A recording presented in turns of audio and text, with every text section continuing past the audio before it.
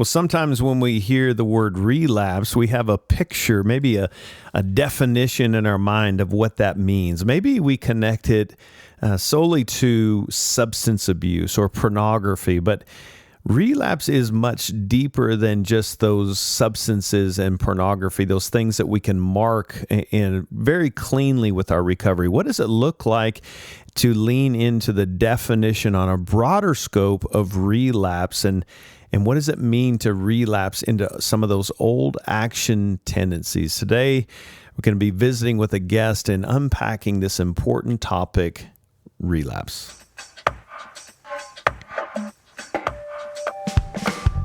Welcome to Celebrate Recovery Official. This is a podcast that shares life-change stories, courage, hope, and leadership wisdom, all centered around the Beatitudes in Matthew chapter 5 and the Celebrate Recovery principles that help us to face our hurts under God's power to deal and address with those and combat those old core beliefs that may not be the way God sees us, that challenge us to see ourselves, God, and others, and even our circumstances in unhealthy ways that find us in some unhealthy coping strategies that cause havoc in our life. Jesus wants to bring healing through this process, and that's what Celebrate Recovery does. I'm a grateful believer in Jesus Christ. I struggle with drugs and alcohol and perfectionism. My name is Rodney. I'm the Global Field Director of Celebrate Recovery, and glad to have you guys back. Thank you for sharing the podcast. Absolutely love the ratings and the feedback that you're giving us on the actual podcast threads, and then sharing on social media or email or text or however you listen and share with your friends. Thanks for helping us get the word out, and thanks for the ideas that are rolling in for future topics. Keep those coming in, because we want to provide content that feeds your soul to help you in the middle of the week in between meetings. So, hey, I'm so excited. I got a dear brother in Christ joining me today. Buck is he's a state rep, but also a team lead, but also serves in Oklahoma City at New Church in Oklahoma City. By the way, fun fact, pastored by Tommy Woodard. You may know exactly who that is. That's actually one of the skit guys. So that's their pastor there at New Church in Oklahoma City. But Buck has agreed to come on and have a conversation with us. Glad to have you here, Buck. Thanks, Rodney. Glad to be on. Yeah, go ahead and introduce yourself, man, and we'll jump into a conversation.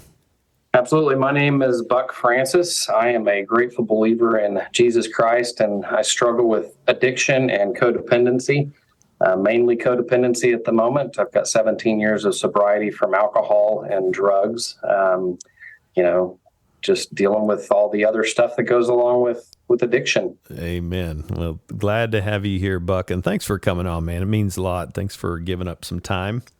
And no, I'm really excited for our listeners just to hear a little bit of your heart and some of those wisdom nuggets that we can all learn from. But so, Buck, we were talking about, you and I had a conversation a couple weeks ago just about relapse. And by definition, relapse, it seems like our minds immediately go to, you must be a drug user, you must be an alcoholic, a porn user, whatever, those big bucket items that tend to be connected with recovery. But when we talk about relapse, there's a broader definition. What does relapse mean to you, Buck, as you're trying to make sense of that?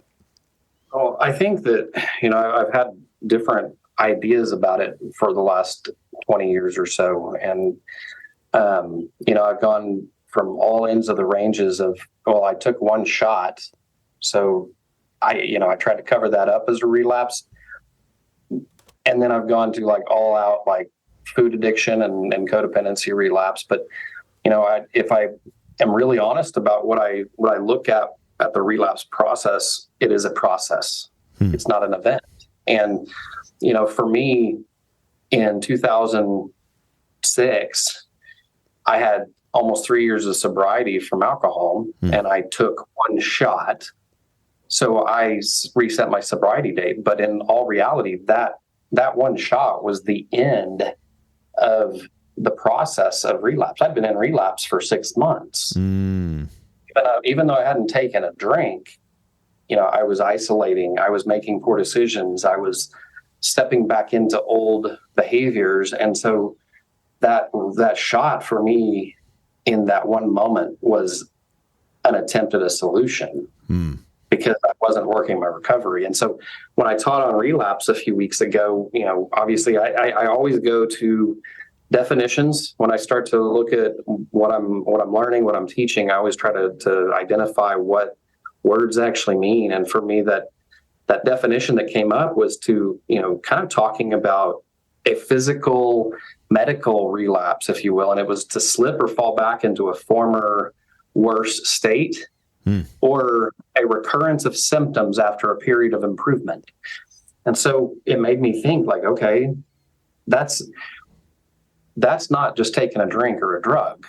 That's not watching an inappropriate movie. That's not having an inappropriate relationship necessarily. That's the things in my head and my heart that I'm starting to think about and struggle with before I take that drink. Yeah. Say that one more time, Buck, the reoccurrence. Say that statement that you say, because I think it's so important. It is. It's a reoccurrence of symptoms after a period of improvement. And so that came from, I think that was from a medical journal. That was a medical definition. And they were talking about a disease, a cancer in the body or something of that nature. And I started thinking about that as far as our recovery goes, because, man, it's so hard to define relapse because, and when it's easy for us to go, okay, you took a drink, that's a relapse, set your sobriety date. Let's start working on a new program. What do you need to do? Who do you need to be accountable to? Yeah. But what about that 3 or 4 months leading up to something like that, when we're withdrawing from our meetings, when we're not answering all of our step study questions, or we're, we're having conflict with our family or our friends, or we're not showing up to our commitments. Those are the behaviors. Those are the symptoms. And so the drink or the food or the porn or the drug or whatever it is that I take on day 60 is just me trying to cope. And so I think that, when I was looking at this, it was the start of relapse is uncomfortable feelings. Yeah. It's not being secure in myself, not being comfortable with myself. And that really comes from an old process that I was introduced to years ago in counseling from a company called Leadham Counseling and Consulting. And they talk about this model for relapse, and it all starts with that uncomfortable feelings that, if we don't address and cope with properly, lead to that unhealthy coping mechanism. Yeah. Ultimately, possibly back to our drug of choice. And so that those coping mechanisms can be anything. They can be the withdrawal. They can be the anger or the food or whatever we're dealing with. Yeah. In the previous podcast, I did one talking a little bit about relapse as well, some thoughts that I had personally on that. And one of the things I talked about, I think really is resonating with what you're talking about, is that stage one is kind of that bottling of emotions. And what you're talking about is, those uncomfortable feelings is, am I listening to my body? Am I listening to my heart? Am I thinking, right? All those things that are happening inside of me, my body is trying to talk to me. Do I press on and push through and ignore it? Or do I stop and honor that, invite that in to try to put that into words? Is that kind of what you're saying there? Yeah. It's really, I think for me, what it's kind of leading to right now in this journey of discovery is that I thought I was doing a daily inventory, and I was. But what I realized is that I was missing a few things, missing a few key questions of asking myself, like, why am I doing this? Or can I afford to keep doing this? And so it's like going, okay, where am I? Doing that heart check, halt, whatever we want to do, whatever we want to call it, whatever acronym we want to use. My favorite is the halt. If I'm getting squirrely, am I hungry, angry, lonely, or tired? Right? And checking in with myself. And it can be so many things. Like, if I'm tired, what am I tired from? Am I tired of dealing with the stress of a situation? Am I tired of trying to put on a mask? Am I tired of, working the way I work? Am I tired of, experiencing something? Yeah, I love those questions too. I mean, it seems so simple, but man, it's so complex. It makes sense because coming into recovery, we avoided these questions, and now we're trying to learn how to develop a new vocabulary. I love those questions. Why am I doing this, and can I afford to keep doing this?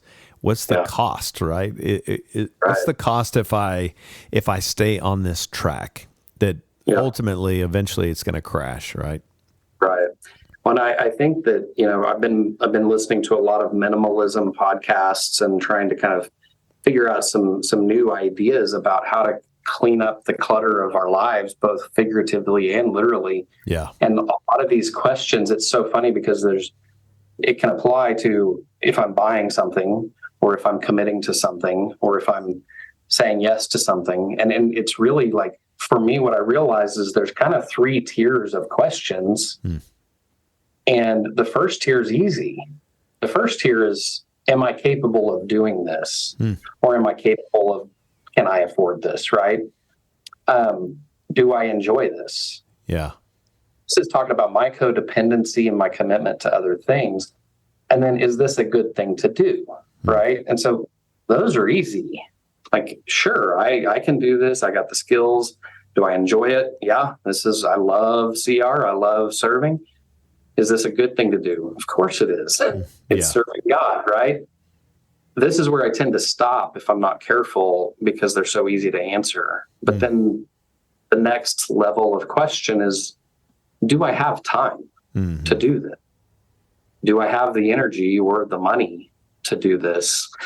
Those are a little harder, because then it's like, okay, do I have the time? I'm sure I can grind it out. I can make the time. I just won't have as much margin, right? Sure, I have the energy and the money. I'll figure out, if I need to drink an extra pot of coffee today. Okay, great.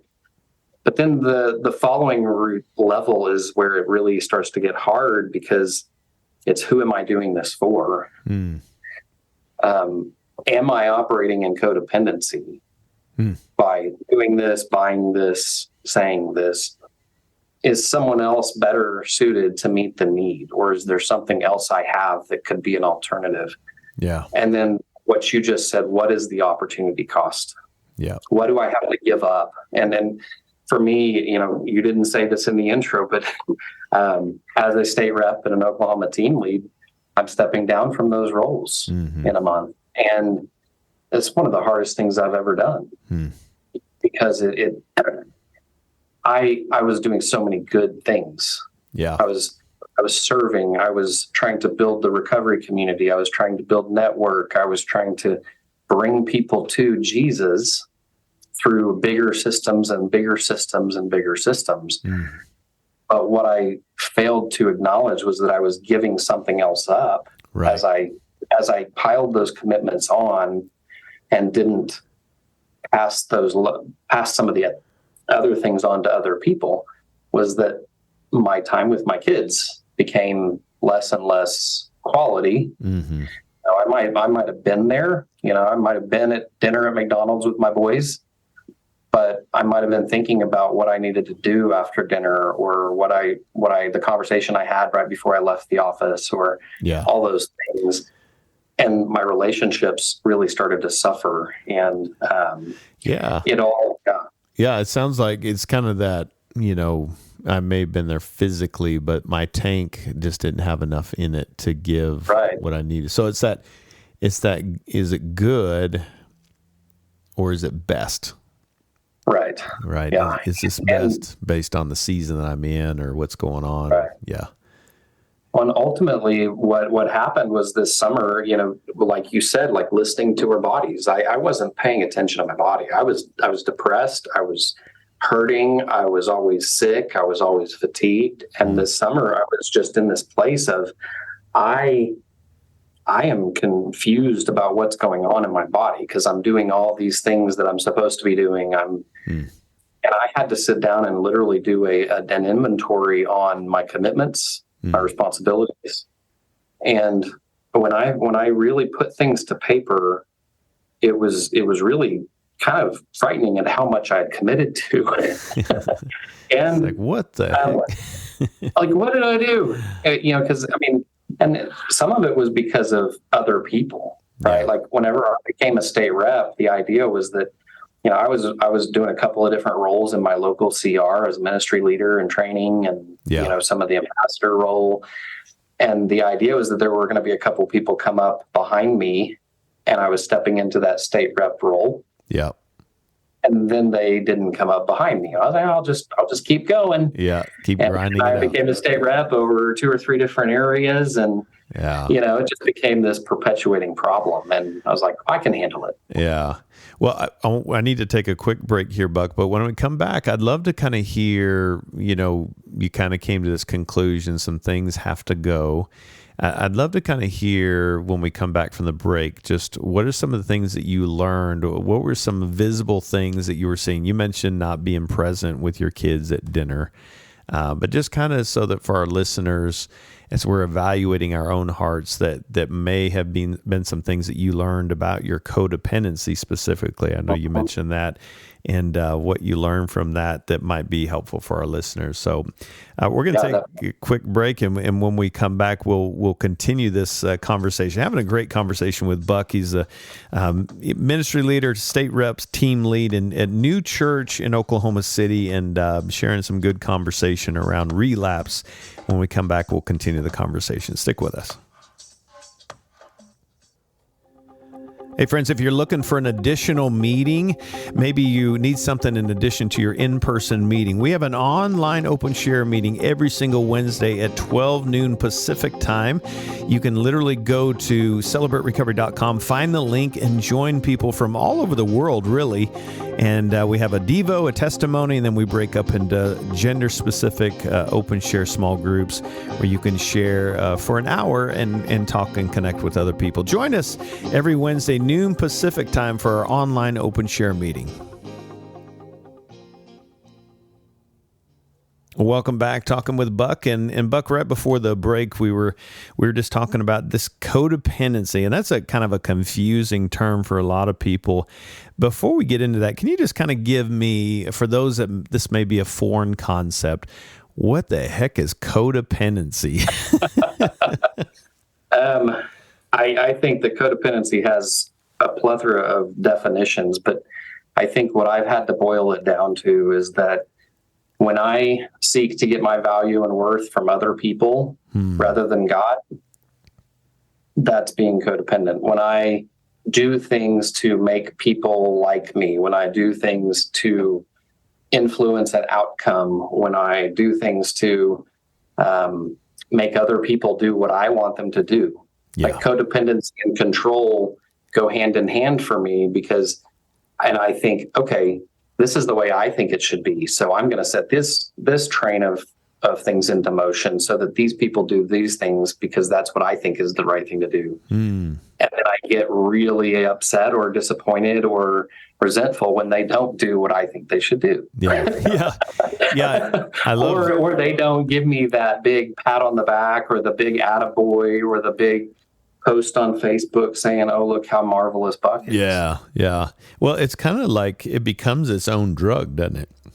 Yes, I mean, absolutely. if you get that hit, so to speak, of I get the pat on the back, the public acknowledgement, it's like, oh, that felt great, and then we're looking for the next one, right? And it reminds me of that Proverbs 29:25. I think that's the right reference. But one translation says, that fear of man brings a snare, but fear of God, we will be exalted, right? So that's kind of the heart of codependency is I'm so afraid of letting man down. It literally brings a snare. It brings death.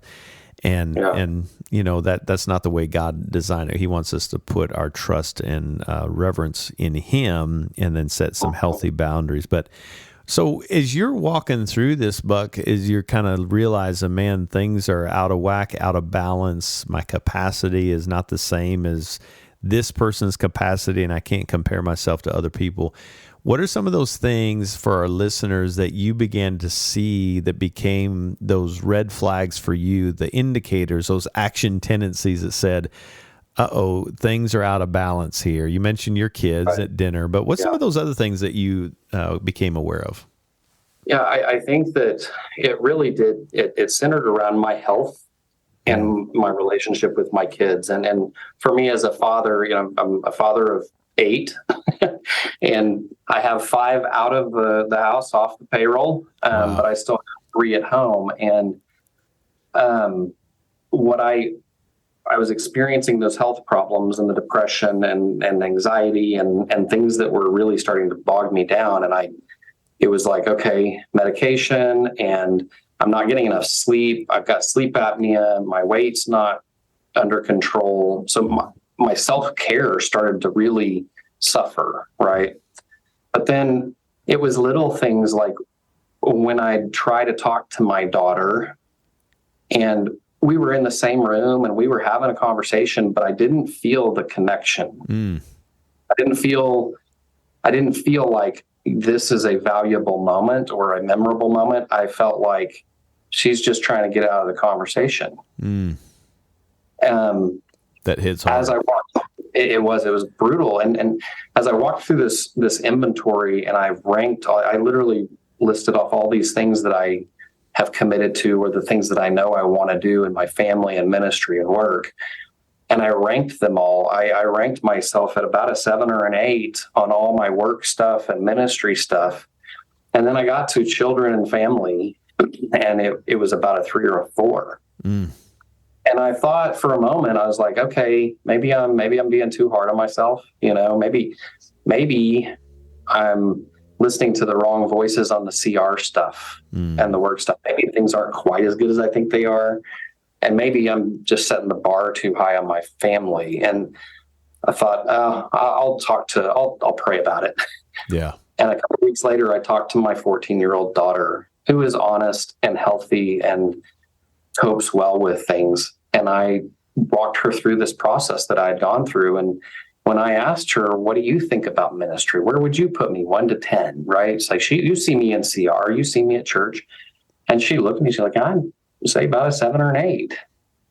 And Rodney, that for a very split second, that moment, that feeling of pride just welled up in me. Like, yeah, she sees it.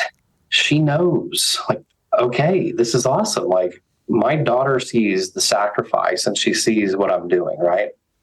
And then I looked at her and I said, what about family? And I kind of described some of the things like prayer and Bible study and devotion time and training them and discipling them and spending fun time together with them. And she had this like sheepish look on her face. And I said, well, you can tell me. She goes, probably about a 3 or 4. Wow. And it was like, okay, so I wasn't off base, and that was just this reality check for me. And so when my 14-year-old daughter is giving me that rating, my home score is what we're calling it now. Is my home score going up or is my home score going down? And so it's things like taking time to pray with my kids, not just checking it off at bedtime, but what are we praying about and why are we praying? And what are we talking to God about? What are we learning in the Word? What are mom and dad learning in the Word? What are you learning in the Word? What scripture are we talking about? And not just doing the check off the list at the end of the night, but really trying to dive into our feelings and understanding what our coping skills are and how we're dealing with the things that we're dealing with. And so for me, it's really been about a journey of discovery in the respect of clearing away the clutter. And that was clearing away the commitments. I had to decide what has to go, because there was an extreme moment where I said, everything has to go. I thought I need to just walk away from everything except my family. And luckily I had some good guidance and some counsel on that's not, I don't think that's the right thing, maybe step back from, and the hardest one is like, I got to give up the team lead. I got to give up the state rep role because that's where I was putting so much of my value and worth, or trying to get it. And so really trying to focus in on what's most important in my life on a daily basis with the people in my home and the people in my church and community. Am I spending that one-on-one time with the newcomer? Yeah. Because I was so focused on all the things we got to do in CR.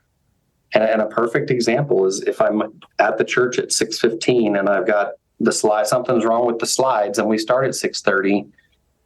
Am I working on the slides and letting the newcomer that just walked in the door sit there by himself? Yeah. That's what I was doing. Yeah, that's a good. That's where my priority lied at the moment. Yeah. And I had to recognize, okay, I'm not doing those things, and I need to clear away the clutter around those.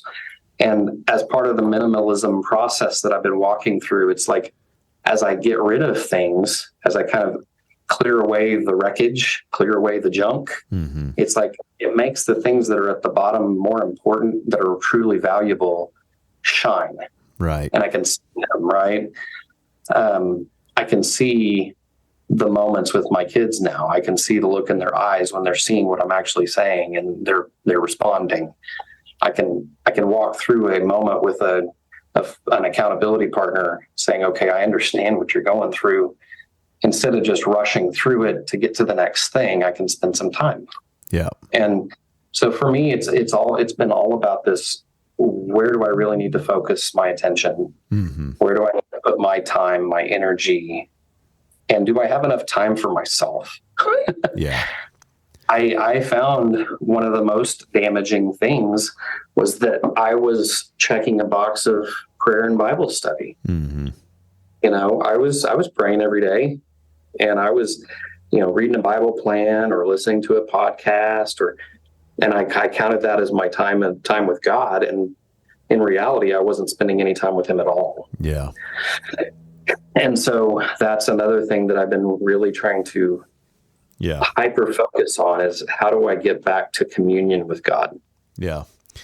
Yeah. So it's good. It's good to kind of understand. And I love just being reminded that everyone has a different capacity. I think of it like a tabletop, that, we all have a different kind of space, parameters that, your capacity may be bigger than mine, and not trying to make my capacity match your capacity, knowing what my limits are. And it feels like kind of what I hear you saying is when balls start rolling off the table, that means something, maybe I've got too much on my table. So I need to, it's not that I don't do anything, right? I don't want to shut down and be kind of in a hermit. It's like, well, I'm not going to do anything, because God does call us, right? He calls us to serve. It's just knowing if I'm saying yes to too many things, that my most important priorities are falling off the table. I love someone said that, I can't remember who said it, but ministry or work are like rubber balls. If they fall off the table, they'll bounce back. But the family is like a glass ball. It just shatters. It doesn't bounce back, right? So it's knowing, am I taking care of those highest priorities, right?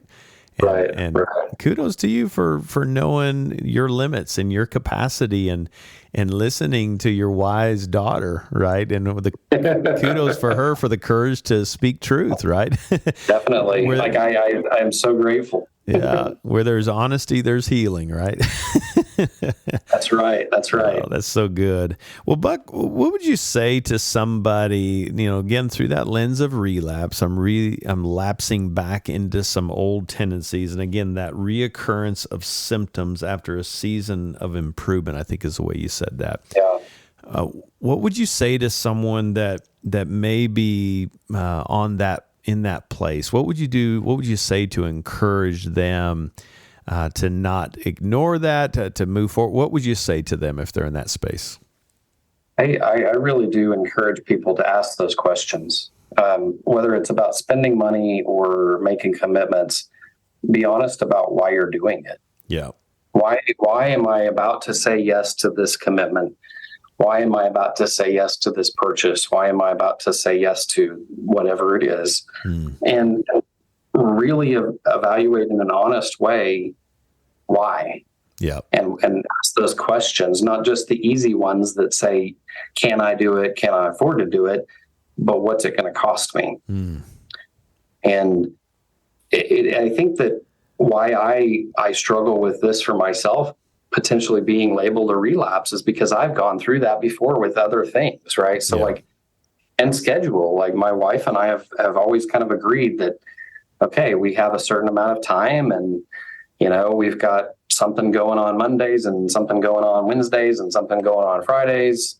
Yeah. If you want to say yes to a thing on Tuesday, which one of those other things needs to go? Yeah.